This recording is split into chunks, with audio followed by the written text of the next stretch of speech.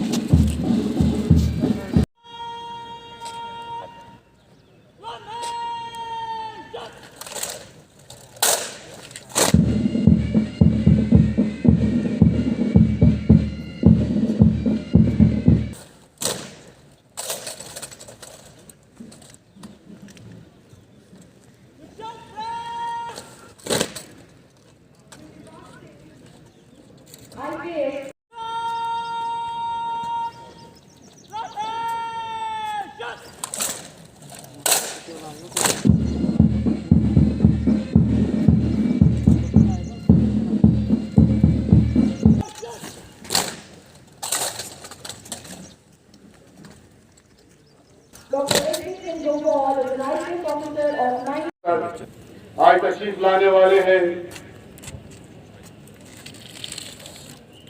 अपना आशीर्वाद देने के लिए केंद्र शासित राज्य जम्मू कश्मीर के माननीय उपराज्यपाल श्री मनोज सिन्हा जी उनके हमरा तशरीफ ले आएंगे। ये लम्हा है रस्मी हल्की वफादारी का।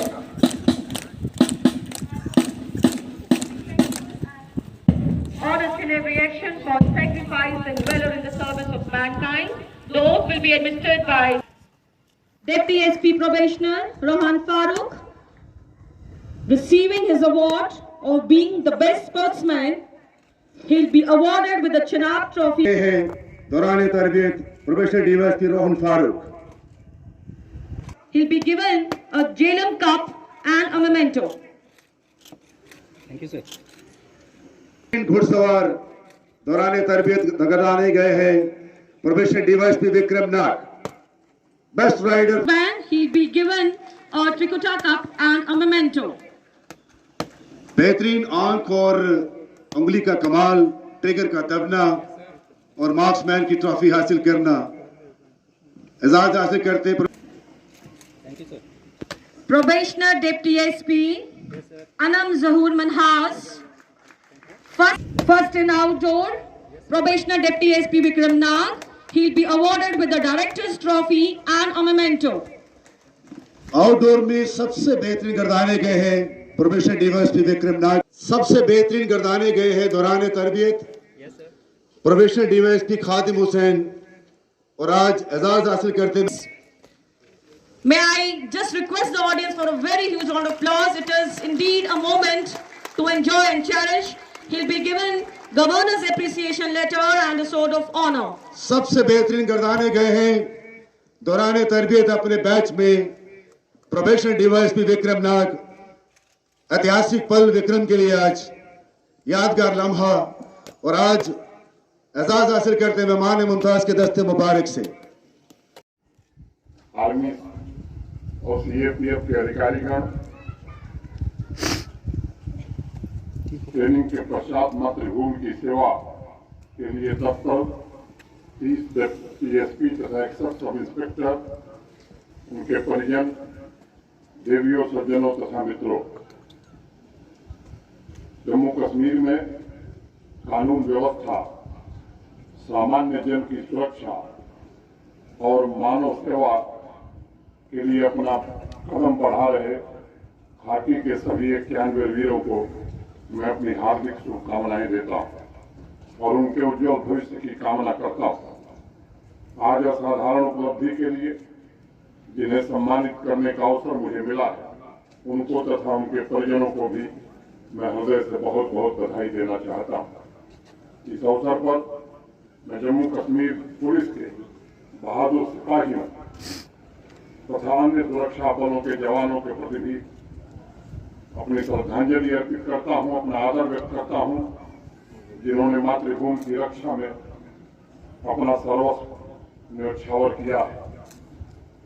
बारामूला के बहादुर सिपाही मुदस्सिर के पिता मोहम्मद शेख साहब के शब्द मुझे याद हैं। उन्होंने कहा, मेरे बेटे ने लड़ते लड़ते देश के लिए जान दे दी है, हमें इसका फख्र है। हम जानते हैं कि वो वापस नहीं आएगा, लेकिन उसने अपनी कुर्बानी देकर हजारों लोगों की जान बचाई है। ये मेरे लिए फख्र का विषय है। मैं अहमद शेख साहब के घर पर उनसे मिलने गया। मैंने उनसे कहा था कि हर माँ ऐसा बच्चा पैदा करे जो मुल्क के लिए सब कुछ कुर्बान करने को तैयार रहे। जम्मू कश्मीर पुलिस का हर सिपाही शेर है और बलिदान की परंपरा का ध्वजवाहक भी है। वर्षों से मां भारती की सेवा में हजारों पुलिस के बहादुरों ने अद्भुत पराक्रम, शौर्य और बलिदान से इस मिट्टी को अमर बनाया। ट्रेनिंग के दौरान आप जम्मू कश्मीर पुलिस की लेगेसी से परिचित हुए होंगे। यह आपके लिए गर्व का विषय है कि आप देश की ऐसी फोर्स के हिस्से बन रहे हैं जो पारंपरिक पुलिसिंग के अलावा आंतरिक सुरक्षा के अनेक मोर्चों पर काम करती रही है। इस एकेडमी के डायरेक्टर और जिन सीनियर ऑफिसर्स ने आपको प्रशिक्षित किया है, जो सीनियर्स आज भी कर्तव्य पथ पर निडर होकर आगे बढ़ रहे हैं, जिन्होंने जम्मू कश्मीर के सर्वांगीण विकास के लिए एक दिन तपस्या की है, अपना खून पसीना बहाया है, वही आपके सच्चे आदर्श हैं और मैं कामना करता हूं कि उनका मार्गदर्शन सदैव आपको मिलता रहे। युवा साथियों, आंतरिक सुरक्षा से जुड़े तमाम पहलुओं पर बात करने के लिए पासिंग आउट परेड उपयुक्त समय नहीं है। आतंकवाद के खिलाफ लगातार चल रहे ऑपरेशन, कानून व्यवस्था की स्थापना, ड्रग्स ट्रैफिकिंग, ड्रोन से बढ़ रहे खतरे, साइबर क्राइम, रेडिकलाइजेशन, ऐसी अनेक चुनौतियां आने वाले समय में आपके सामने आएंगी और उन पर कामयाबी हासिल करना आपका एकमात्र लक्ष्य होना चाहिए। चाहे वो सामान्य अपराधी हो या फिर आतंकवादी हो, उससे 2 कदम आगे रहना आपकी सर्वोच्च प्राथमिकता होनी चाहिए। जम्मू कश्मीर पुलिस देश की ऐसी गौरवशाली फोर्स है जिसमें अलग अलग शिक्षण विधा से आए हुए लोगों को प्रशिक्षित किया गया है और हमेशा बदलते समय की सुरक्षा चुनौतियों के लिए वो तैयार भी हैं। इस बैच में भी विभिन्न शिक्षण क्षेत्रों की पृष्ठभूमि के लोग शामिल हैं। मुझे एकेडमी के डायरेक्टर साहब ने दीक्षांत परेड में शामिल युवा पुलिस कर्मियों के एजुकेशनल बैकग्राउंड की कुछ डिटेल्स भेजी थी। इसमें से कुछ पीएचडी हैं, एमफिल, बीटेक, बीई, एमसीए और यहां तक कि एमबीबीएस भी किया है। यह हमारे पुलिस फोर्स की कैपेबिलिटी को दर्शाता है। आपकी शिक्षा तथा पुलिस एकेडमी की ट्रेनिंग आने वाले भविष्य की तमाम चुनौतियों से निपटने में निश्चित रूप से मदद करेगी। मैं आपसे कहना चाहता हूं कि आज सोशल मीडिया, स्मार्टफोन, कंप्यूटर के अधिकतम उपयोग से विकास के साथ साथ पुलिसिंग के सामने एक नई चुनौती पैदा हुई है।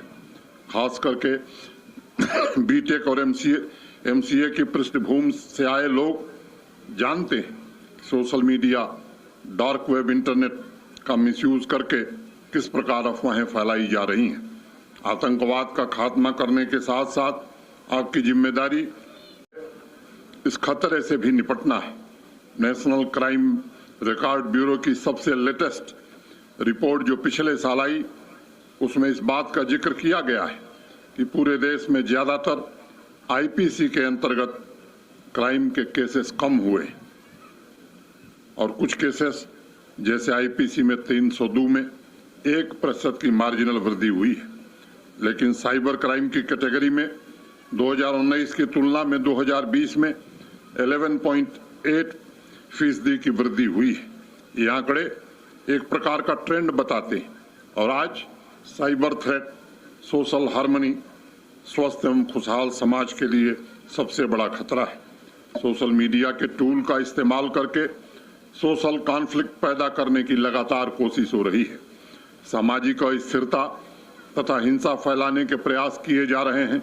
मैं मानता हूं वर्चुअल वर्ल्ड की इफेक्टिव मॉनिटरिंग और क्विक रिस्पांस के लिए भी आप सभी को आने वाले समय में चौकस रहना होगा। एक ऐसी समस्या है जिसका स्वरूप प्रतिदिन बदल रहा है।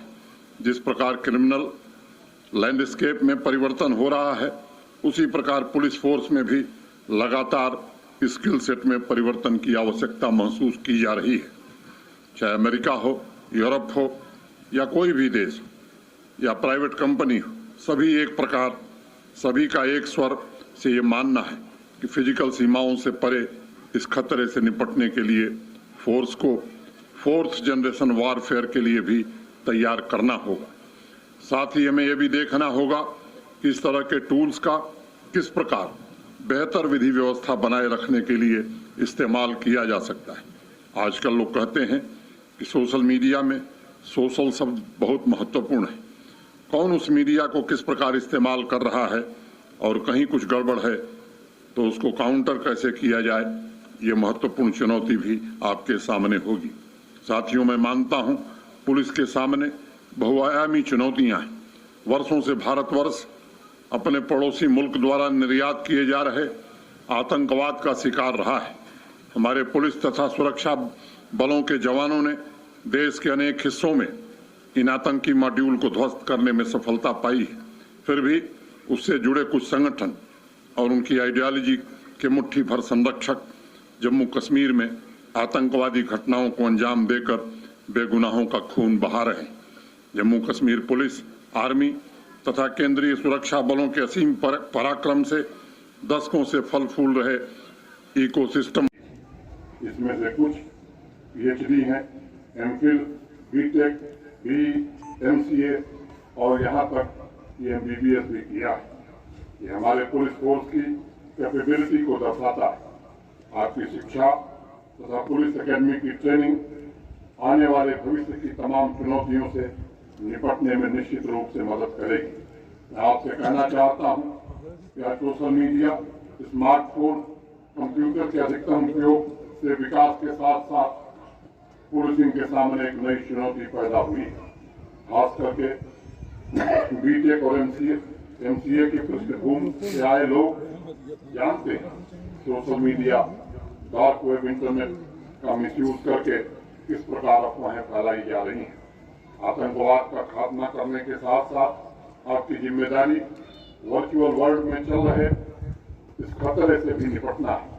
नेशनल क्राइम रिकॉर्ड ब्यूरो की सबसे लेटेस्ट रिपोर्ट जो पिछले साल आई, उसमें इस बात का जिक्र किया गया कि पूरे देश में ज्यादातर IPC के अंतर्गत क्राइम के केसेस कम हुए और कुछ केसेस जैसे IPC में 302 में 1% की मार्जिनल वृद्धि हुई।